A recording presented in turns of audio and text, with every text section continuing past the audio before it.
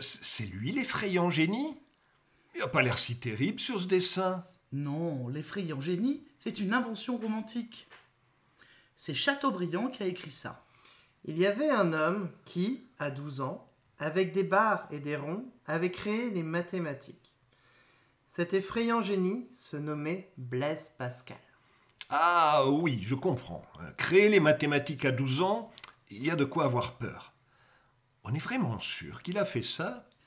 Non, pas vraiment. Je te raconte.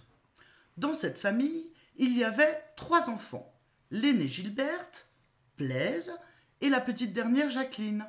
La mère était morte peu après la naissance de Jacqueline et le père Étienne avait élevé ses 3 enfants seul. Tiens, voici la petite dernière, Jacqueline.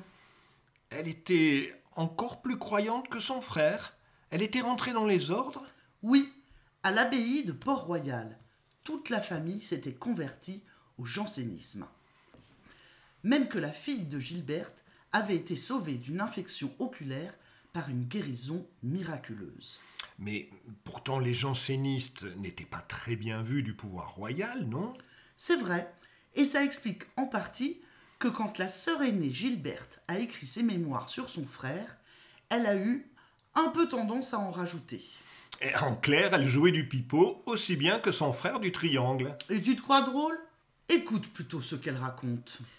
Mon père avait décidé d'instruire mon frère dans les langues.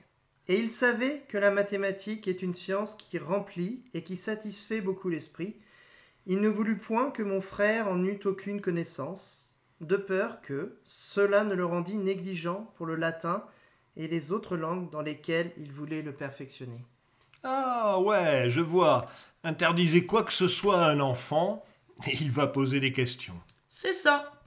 Le père répond que la mathématique est l'art de faire des figures justes. Alors, en cachette, le petit Blaise prend du charbon et dessine des figures justes sur le carrelage. Gilberte dit Il poussa ses recherches si avant qu'il en vint jusqu'à la 32e proposition du premier livre d'Euclide. Ah, j'imagine la scène. Le père surprend son fils en train de démontrer que la somme des angles d'un triangle vaut 2 angles droits, sans savoir ce qu'est un angle droit. Ah, il y a de quoi être inquiet, hein? Mais tu ne serais pas en train de me dire que la légende du génie de Pascal est une invention de sa sœur? Eh bien non, pas seulement. Pascal a bien fait quelque chose d'exceptionnel, à 16 ans. Le problème, c'est qu'il ne nous en est resté qu'une seule page publiée. C'est Essai pour les coniques. 3 figures, quelques définitions et des affirmations non démontrées. Les coniques, c'est bien les tranches d'un cône quand on le coupe par un plan. Ellipse, parabole et hyperbole. Juste une page pour tout ça? C'est un peu léger, non? C'est qu'il n'y avait pas que ça. Regarde cette figure. Tu vois une ellipse, 6 points reliés formant une étoile à 6 branches. Pascal l'appelait son hexagramme mystique. Il y a 3 points d'intersection alignés sur le trait rouge. Oui, bon, mettons. Et alors?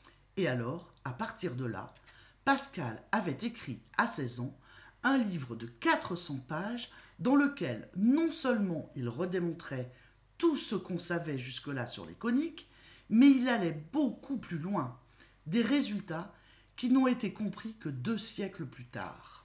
Ne me dis pas que tout a été perdu. Eh bien si, malheureusement. Mais alors, comment on a su ce qu'il y avait dans ce livre?